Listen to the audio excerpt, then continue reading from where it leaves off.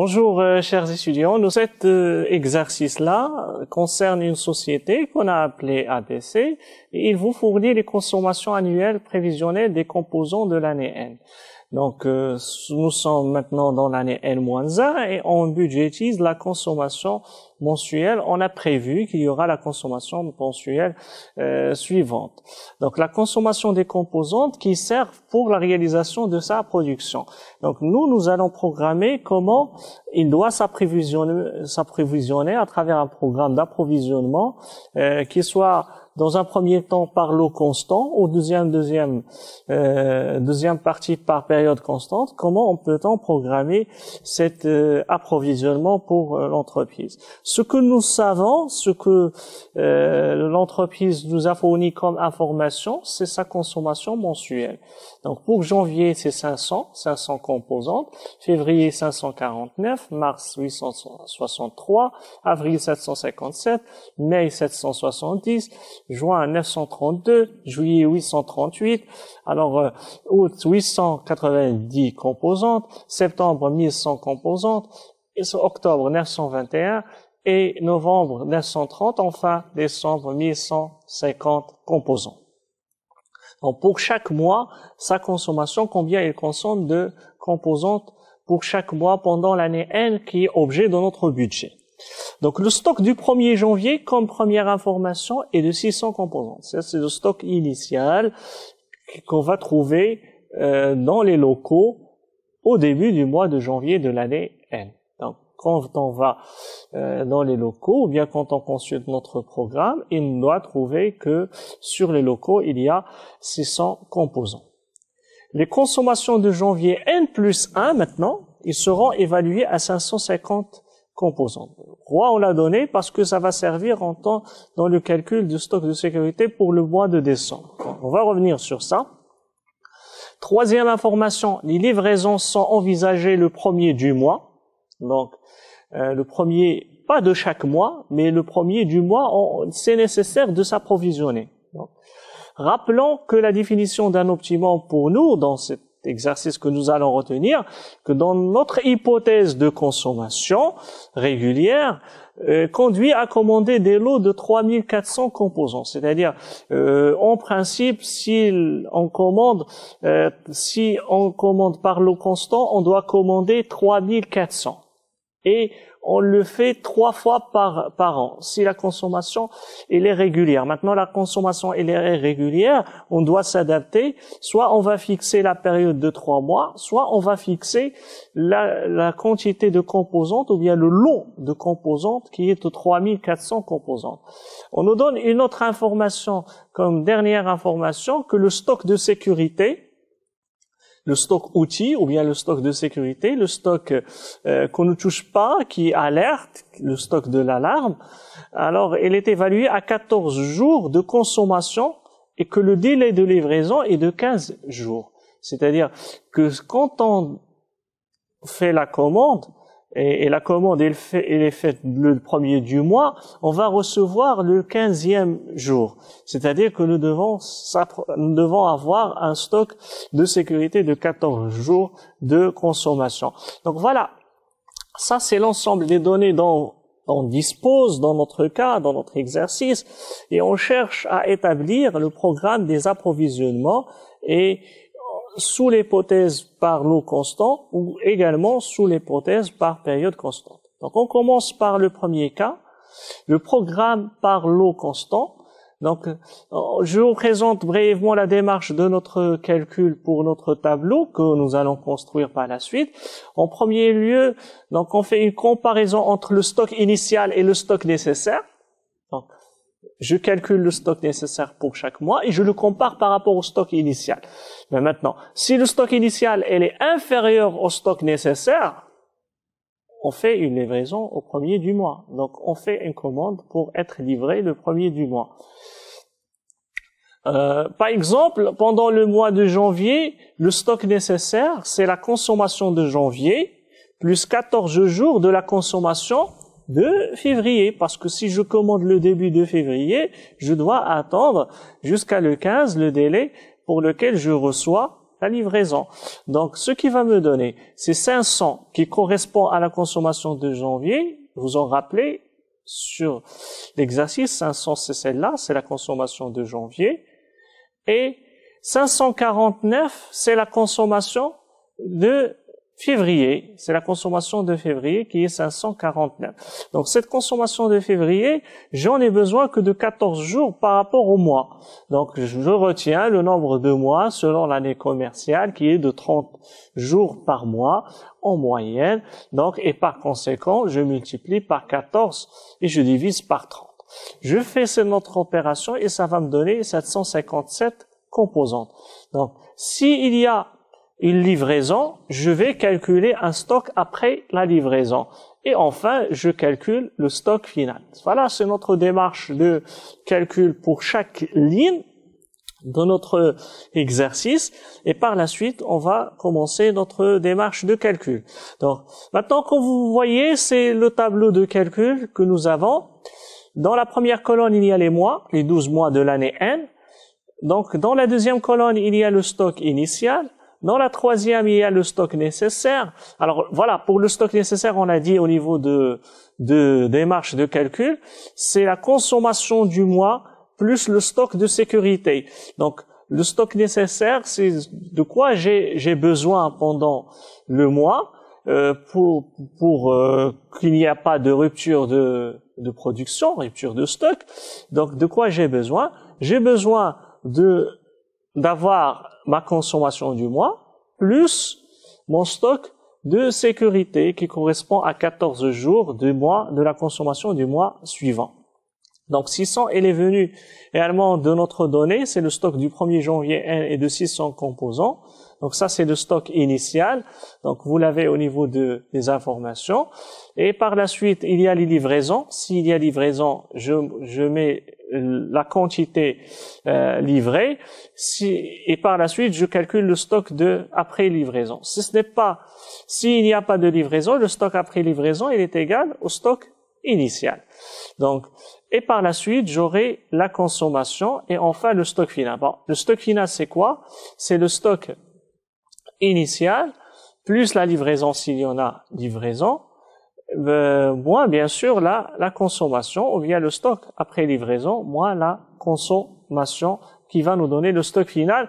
À son tour, il devient le stock initial du mois suivant. Donc tout cela, on va le voir avec les chiffres et ça va être beaucoup plus explicite. Donc, le stock nécessaire. Donc, notre stock nécessaire, on l'a présenté l'exemple de calcul. Donc, on a en janvier, stock nécessaire est égal à la consommation de janvier. Donc, la consommation de janvier, c'est 500.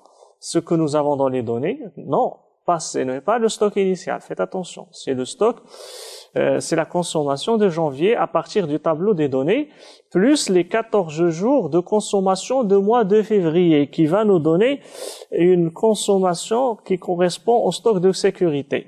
Donc la somme de ces éléments-là va nous donner 750 composantes qui est le stock nécessaire. Qu'est-ce qu'on constate à ce niveau-là? On constate que le stock nécessaire dépasse le stock initial.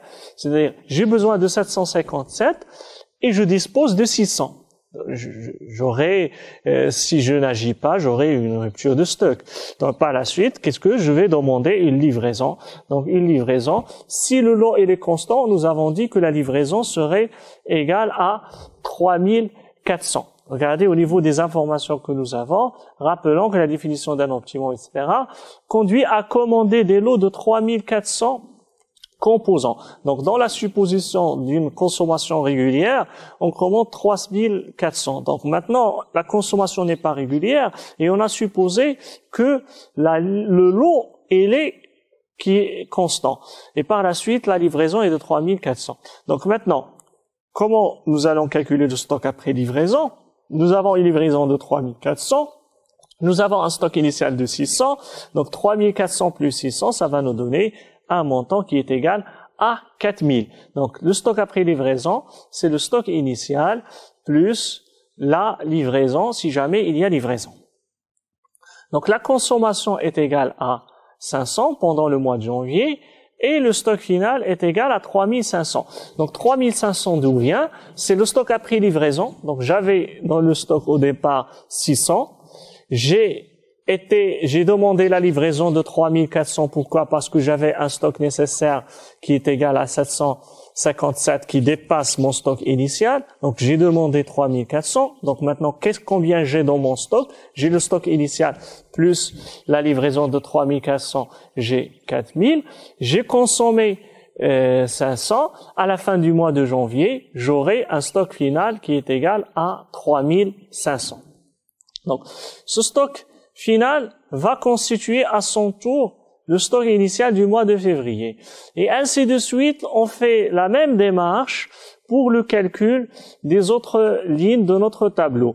Donc, je recalcule maintenant je suis sur le mois de février. Le stock initial, c'est le stock final du mois de janvier. Donc, le stock nécessaire, comment je l'ai calculé? C'est la consommation de février, 549, plus la consommation de mars, fois 14 sur 30, ça m'a donné 952. 952, elle est inférieure à mon stock initial, et par conséquent, je n'ai pas besoin d'être livré. Donc, je dispose de 3500 composantes, et j'ai un stock nécessaire, et j'ai besoin de 952 comme étant une consommation et un stock de sécurité, donc je ne commande pas et je ne fais pas de livraison. Et par conséquent, la consommation est égale à 549, ça c'est d'après les données. Donc combien j'aurai dans mon stock? J'aurai le stock initial, moins la consommation, je n'ajoute pas la livraison, tout simplement parce qu'il n'y a pas de livraison. De la même façon, 2951 de la fin de février va constituer le stock initial début de mars. Et par la suite, je calcule également le stock nécessaire, ça me donne de la même démarche, 863 plus 757 multiplié par 14 divisé par 30. 14 sur 30, ça nous donne, multiplié par 757, ça nous donne le stock de sécurité pour le mois de mars. Et je l'ajoute sur la consommation du mois de mars, qui est 863, ce qui va me donner un montant total de 1217, qui est le stock nécessaire. Donc, le stock nécessaire est de 1217, il est inférieur au stock initial, il n'y a pas de livraison. Je consomme 863, ce qui va me donner un stock final de 2088. Et ainsi de suite. Le 2088 va constituer le stock initial pendant le mois d'avril, qui à son tour, il va devenir égal à 2088. Alors, par la suite, je calcule le stock nécessaire de la même démarche, consommation du mois plus le stock de sécurité. Maintenant, vous l'avez deviné.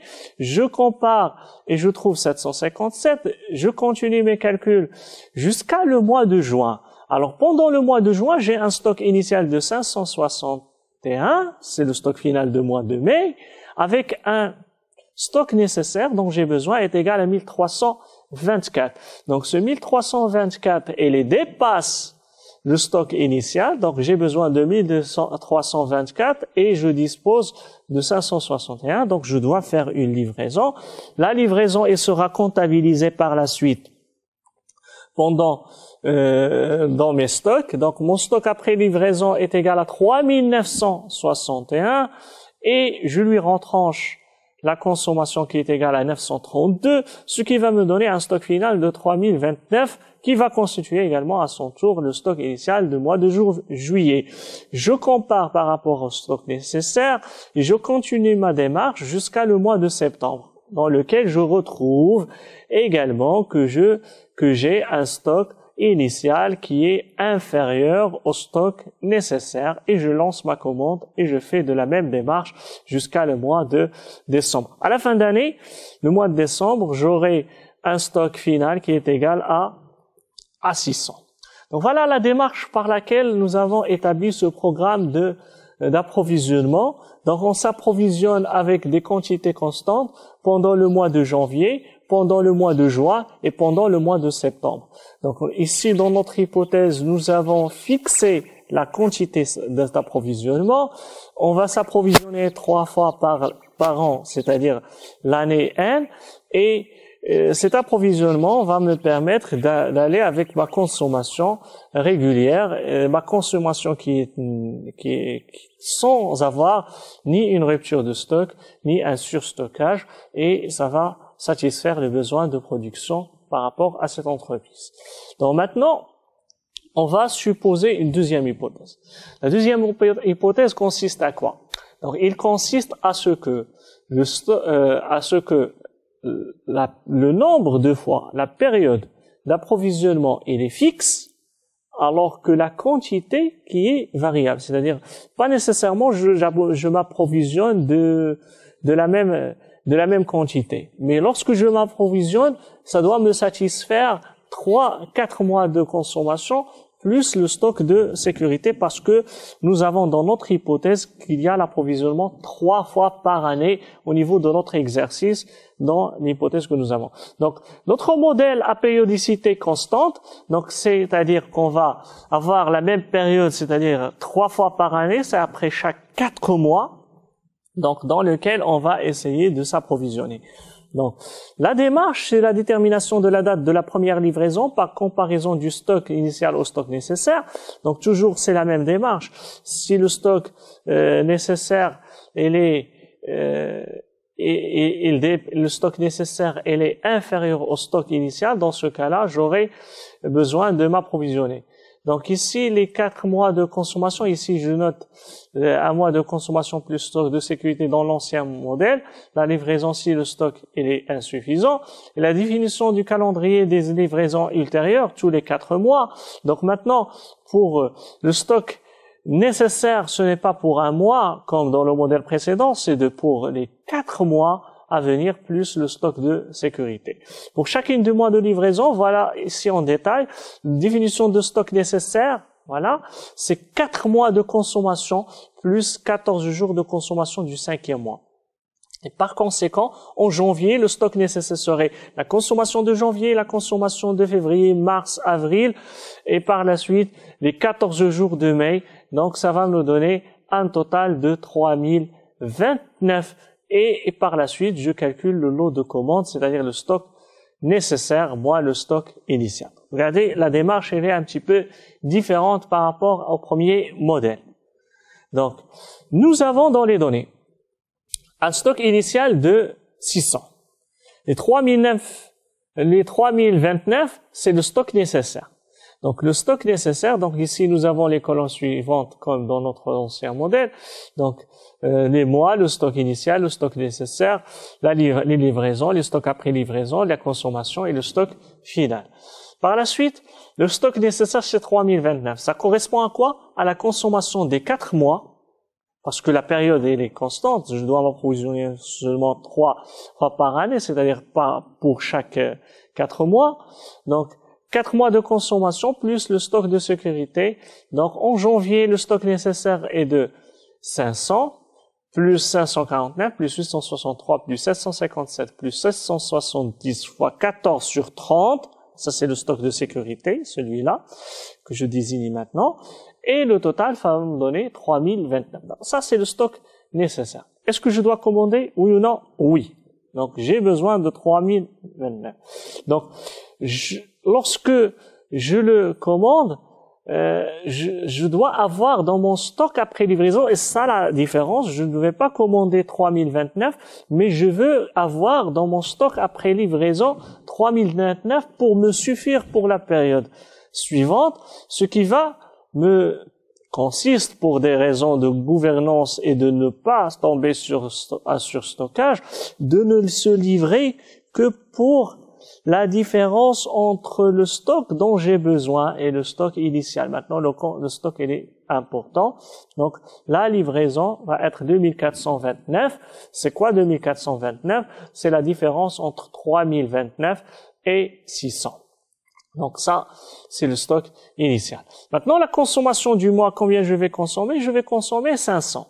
Donc, je consomme 500 pendant le mois de janvier et j'aurai un stock final qui est égal à 2529. D'où vient? C'est la stock après livraison moins la consommation pendant le mois de janvier qui va me donner 2529. Maintenant, pour le mois de février, la première chose, c'est que le stock final va devenir un stock initial. Et là, pendant le mois de février, mars, avril, je n'ai pas besoin de calculer le stock nécessaire. Pourquoi? Parce que je ne vais me livrer que je sais que ce stock doit me suffire pour les 4 mois suivants, plus le stock de sécurité. Donc, je ne vais me livrer que pendant le mois de mai. Je sais que la date de livraison, c'est le mois de mai. Et pendant le mois de mai, j'ai besoin de calculer mon stock nécessaire de la même démarche que nous avons fait pour le calcul de stock nécessaire de janvier. Maintenant, le détail de calcul, c'est comment? Donc, le stock nécessaire dont j'aurai besoin est égal à le stock, la consommation du mois de mai, plus la consommation du mois de juin, plus la consommation du mois de juillet, plus la consommation du mois d'août, plus 14 jours de la consommation du mois de septembre. Donc, je fais la somme de ces consommations, ça va me donner mon stock nécessaire. Donc, j'ai besoin de 3944. Je retranche le stock initial dont je me dispose qui est de 360 et je me trouve avec un stock avec une livraison commandée de 3584. Donc, par la suite, le stock après livraison serait égal à 3944. Donc, 3944, c'est le stock après livraison, c'est-à-dire après avoir été livré, j'ai commandé 3584 et j'ajoute le stock initial pour me tomber sur le stock après livraison. Donc, par la suite, je retranche la consommation, 770, et je me trouve avec un stock final de 3174. Donc, ce 3174, il va être reproduit au niveau du début du mois de juin, comme étant un stock initial. Je n'ai pas besoin de calculer le stock nécessaire. Comme on l'a fait, je vais attendre la date de livraison suivante qui est fixée pendant le mois de septembre. Maintenant, ce que je vais chercher pendant le mois de septembre, c'est juste la quantité dont j'aurai besoin, c'est-à-dire 4358. C'est le stock nécessaire. Il est calculé comment? Il est calculé à travers la consommation de septembre, octobre, novembre et décembre. Et il n'oublie pas les 550 de janvier N plus 1 que je vais prendre en considération en multipliant par 14 fois 14 divisé par 30 le nombre de jours, ce qui constitue le stock de sécurité qui s'ajoute à sa consommation des 4 mois qui va nous donner un stock nécessaire dont j'aurai besoin qui est égal à 4358. Donc, 3458, c'est le stock nécessaire pour le mois de septembre et qui va couvrir la période des 4 mois suivants. Donc, maintenant, je vais me livrer et je vais commander combien? Je vais commander 3844. Donc, comment je l'ai obtenu? J'ai déduit le stock initial qui est de 514. Donc, on fait un petit peu plus attention. Le stock après livraison, il va rester égal au stock nécessaire qui est 4358. Je retranche la consommation 1100, ça va me donner un stock final de 3258 et je le reproduis au stock initial de octobre, novembre, décembre. Et pendant ces 4 mois, comme pendant les 4 mois précédents, il n'y aura pas de livraison ou bien calcul de stock nécessaire jusqu'à le mois de janvier N plus 1. C'est là où je dois calculer le stock nécessaire pour décider pour ma livraison. Et par la suite, je retranche les consommations et je finis l'année avec un stock final de 250.